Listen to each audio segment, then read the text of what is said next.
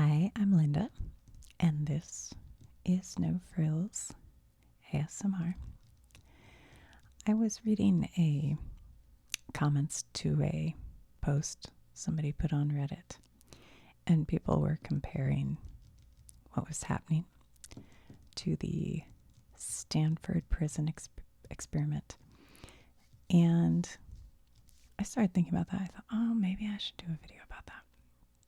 But I think the experiment that I find maybe more interesting, or as interesting, but maybe more interesting because it's further been tested, is an experiment, and I'm sure a lot of you are already aware of this, but it'll be fun to talk about maybe, called the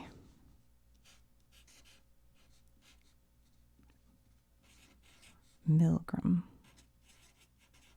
experiment. And this was I have to not talk while I write. This was a social psychology experiment by a man named Stanley Milgram in 1961. So the experiment was done, took place at Yale University. And they put an ad in the paper outside of Yale. So it wasn't students. Maybe it could have been students, but it said men between 20 and 50 years old will get paid $4.50 to take part in an experiment on memory and learning. So that's just so we know the pool of people. They were men between 20 and 50 years old, and they're getting paid $4.50 to take, to be part of the experiment on memory and learning. So we can talk about it later, but nowadays this experiment might not happen because of just ethical guidelines and stuff that they have now. But in 1961, you could do it. And it is still interesting. So I thought we could talk about it a little bit today. I'm debating where to start. I think we'll just go right into the experiment. So the way it worked was there's a room and there's a glass window. How when you watch the cop shows and they can see, and it's kind of like that, I think. I don't know if they can see each other. I kind of assume so, because this is in a basement at Yale University. And over here, I don't know if he's sitting in a chair. Let's pretend like he's sitting in a chair. I don't really know that. There's a guy. Am I going to be able to draw him? I don't know. All right. So we have a person sitting here, and this is the learner. And then over here is a desk, and sitting at this desk is the teacher. This is the teacher. And sort of at a desk over here, keeping an eye on things, is the experimenter, the guy in charge. Now, in this 1961 version, he is wearing a lab coat, and they know they're at Yale inside the university. So this is a man of, some learning, and he's in charge because he's wearing a lab coat. Okay? So this is kind of our setup. Now, when they called in the people for the $4.50, they said, you will either get to be the teacher or the learner. And we have the experimenters, a real person in charge. So you will get one of these two positions. But in reality, they were only getting people to be the teacher because the learner was an actor.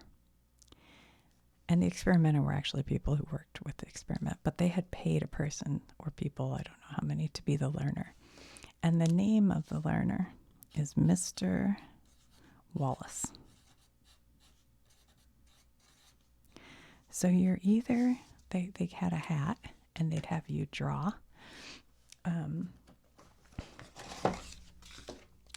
So you're either going to draw teacher or learner.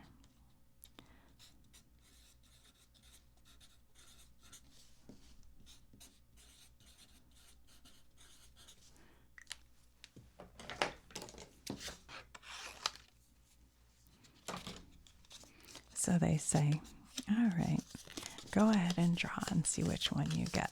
And the guy draws and he goes, I'm teacher. Okay, the other guy is learner. Let's go. But the truth was, both of the draws were teacher because this was an actor.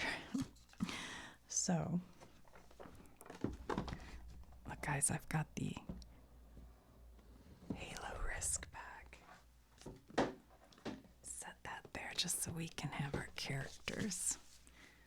All right, so this is going to be, how about, let's see, who looks the most authoritative? Oh, the guy. Okay, so this guy is the authority. He will play the part of experimenter. This guy can be Mr. Wallace. And then our teacher, I don't know what, that's a tank. I don't want a tank. Those are tanks. I don't want that. How about this guy? These are all Halo characters if you're familiar. I'm not. Okay, so here's our teacher. So what happens is they ask, where'd I put my pen? There. Hopefully this is a good one. Okay, they ask a question.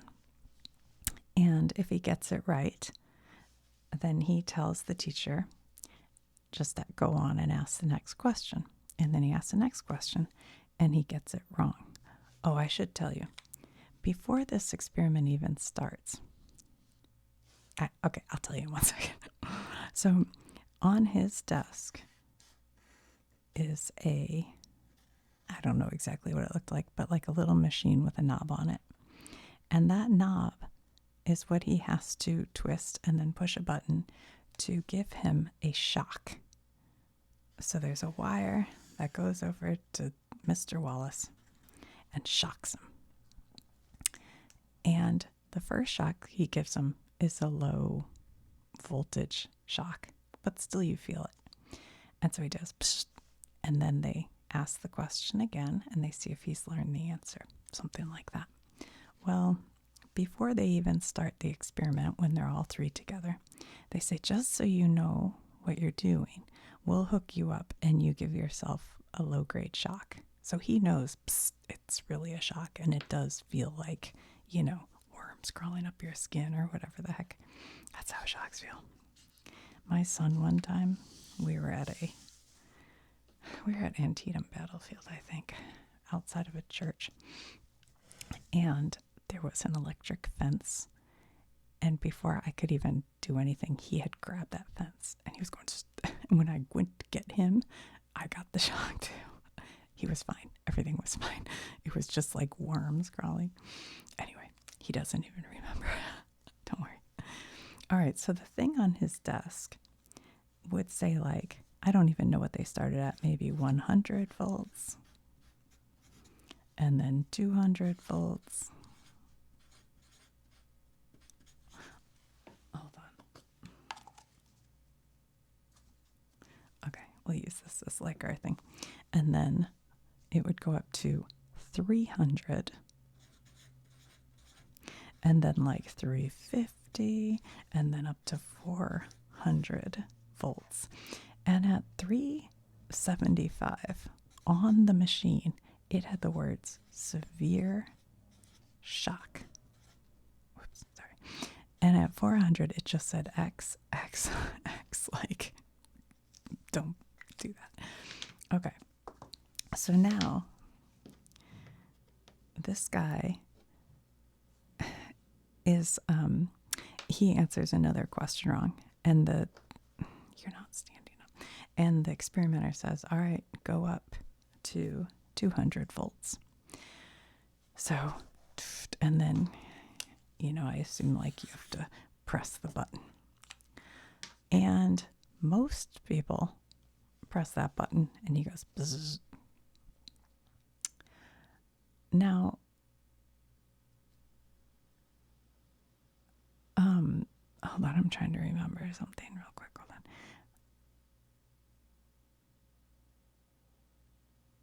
on. Oh wait, I'm sorry. I'm trying to remember. Okay. All right, I remember now.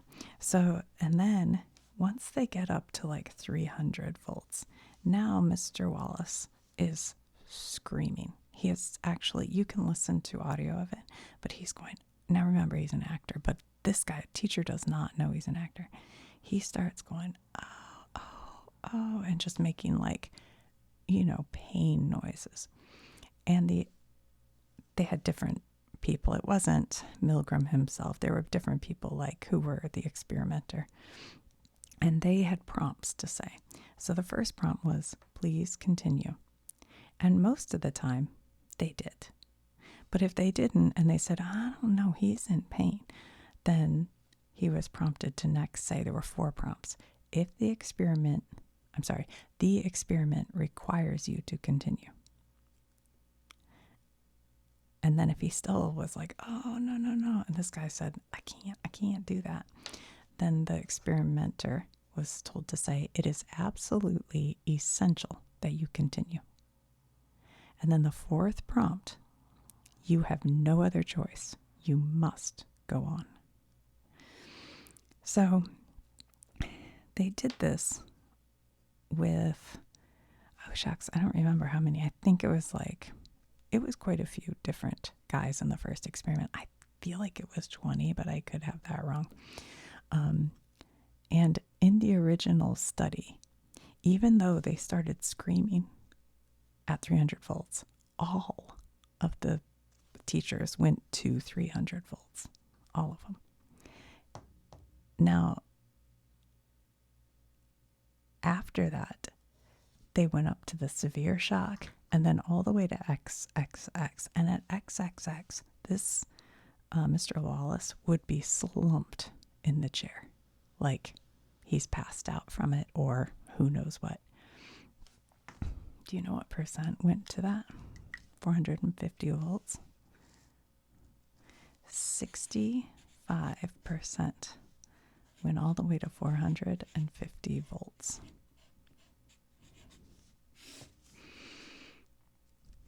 And at that point, like I said, he's slumped over silent. Oh my God. And so then after the 450 volts, then Milgram would come and say, oh, it was an actor. It was all just a thing to see, whether or not you'd go that far. And they'd have a good laugh about it, was the story. And apparently in follow-up interviews, 83% of the teachers said they were glad they had done it, but some, like 20%, felt haunted by it and by what they had done, and it really bothered them. And so that's sort of the ethical issue with an experiment like this, where people don't know really what they're testing. They don't know. Nowadays, I think they have to tell you, we are actually testing this, and that can ruin an experiment, honestly. But the whole ethical point is you don't want to traumatize the participants. And that was kind of what happened with the Stanford prison experiment, which we could talk about another time. But I found this experiment interesting because what happened after that is Milgram repeated this a whole bunch of different ways. Now, having the experimenter in a lab coat and having it at Yale did make a difference. They were more likely to do it when the person of authority had the lab coat on and seemed like a professional or someone who knew what they were doing. But even without the lab coat, they still tended to do the thing. But I thought the kind of very interesting thing for me was if they had a third or a second, really, another person in the room. So this guy is pressing the buttons. He's the only one who is not in on the experiment. The experimenter says, keep going, go up to, 375. But this extra person in the room says, no, no, no, no, no, we shouldn't do that. Then, when that happened, this person's far less likely to carry through with it.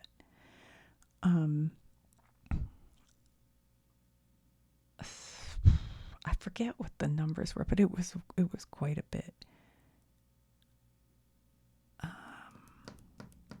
I don't know. I feel like it went down. I think it went down to like 20% from 65%.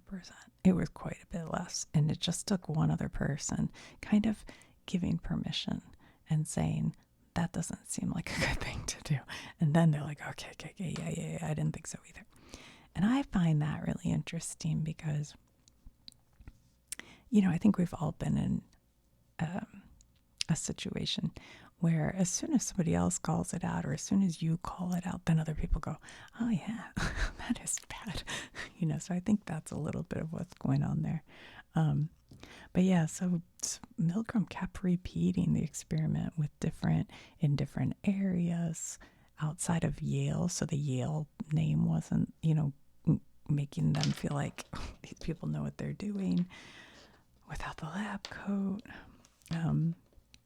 One time in there's no third part. Okay, one time the experimenter says, oh gosh, I have an emergency come up. I have to go to my office, but I will be on the phone with you and I will tell you what to do with the phone. So he goes away and then he calls him on the telephone. To call me on his cell phone. That's a telephone. And so now all this is being done over the telephone. And he says, yep, you gotta raise the shock because he did it. He got the answer wrong. And then it went down from 65% down to 20%. So having him in the room with him made a big difference.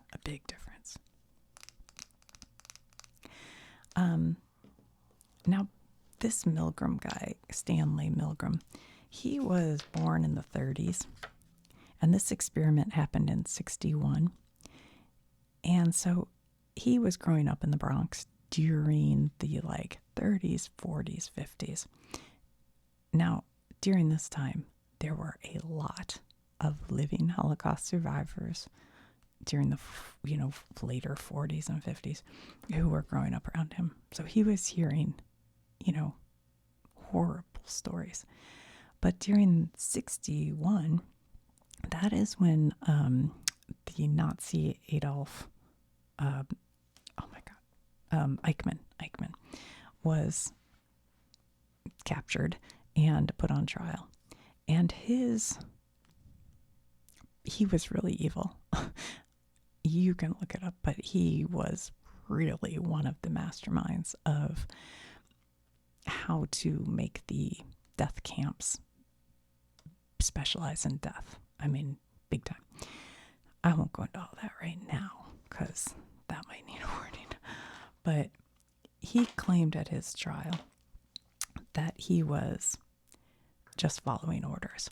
That was sort of his defense, that I was told to do this and I did it and I was following orders. And that did not get him off. He was hanged in 1962. But Milgram, trying to understand, how could so many people do these things? And he kind of had a belief, a lot of people will do evil things if they're following orders. And that is what led to him running these experiments. And over and over and over again, it kind of was true that people, when told to do something by authority, somebody they think is an authority, they will do things even if they know it's painful for somebody or not, right, not right. And I know, I thought really interesting thing. A lot of times you feel like, well, that was back in the 40s. The Nazis were during the war, and this experiment's in the 60s and the Stanford prison experience was during the 60s. By the way, the guy who did the Stanford prison experiment, Zimbardo and Milgram, they went to high school together. What? I know.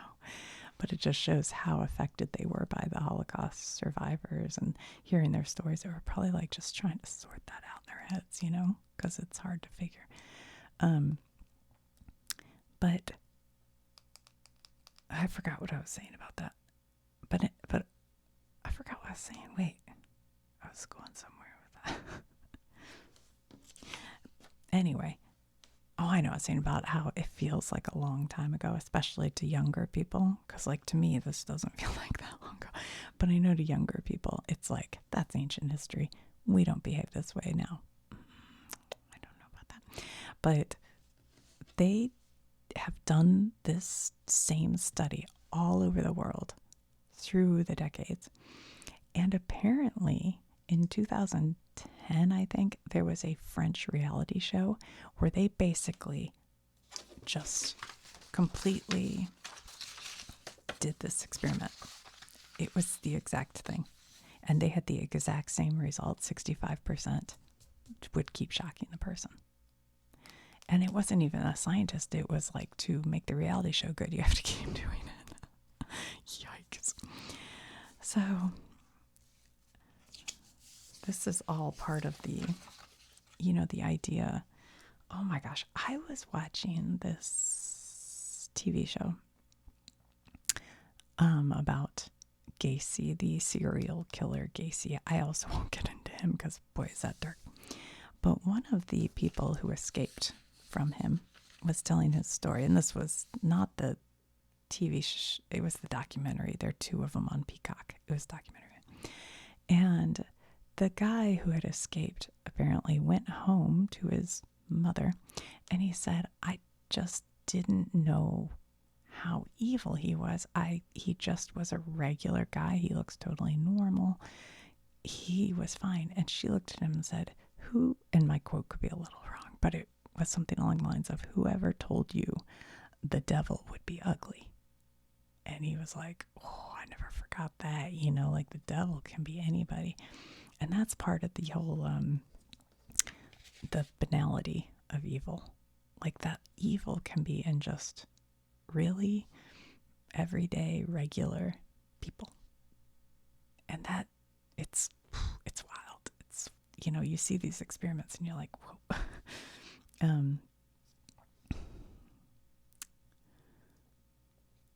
Yeah, I don't know. I'm trying to think if there's anything else I want to say about that. Oh, I know what the other experiment was. I forgot. Okay, so there was the phone. There is this one where the teacher... Okay. So now the teacher is over here. And I guess must have been on the phone with the experimenter or something, because I feel like this experimenter must be outside the room. And then this is actually an actor. So now we have Mr. Wallace as an actor, the person running the dial is an actor, and the teacher is over here. Okay.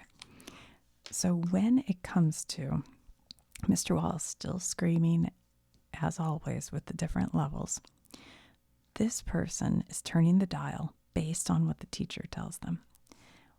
When it's like this and the teacher doesn't have their hand on the dial, but somebody else's hand, then 95% of the time they tell them to do it.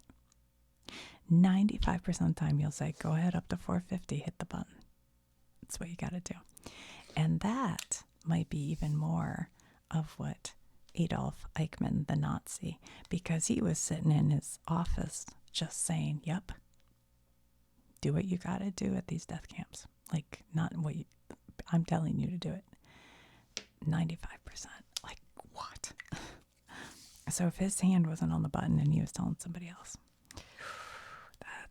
that's dark, man.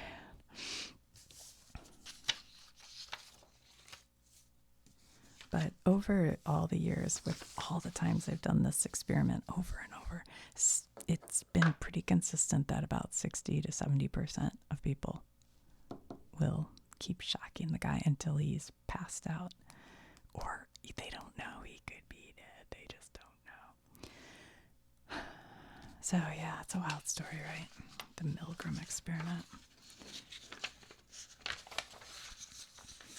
Alright, well, I guess that's all I have to say about that. Oh, I know what else I read. That 3 of the original group of teachers, even though, like Milgram said, yeah, they were all fine once they found out they were fine, but there were some reports that 3 of them had seizures from the stress while doing it. Like, what? What? Because that's like with the Stanford prison experiment. That one became so messed up. And we'll talk, if you guys want, let me know if you want me to do a video on that. I can do it. I know a lot about that. But it became so messed up that they had to stop the experiment. But this one, they keep doing it.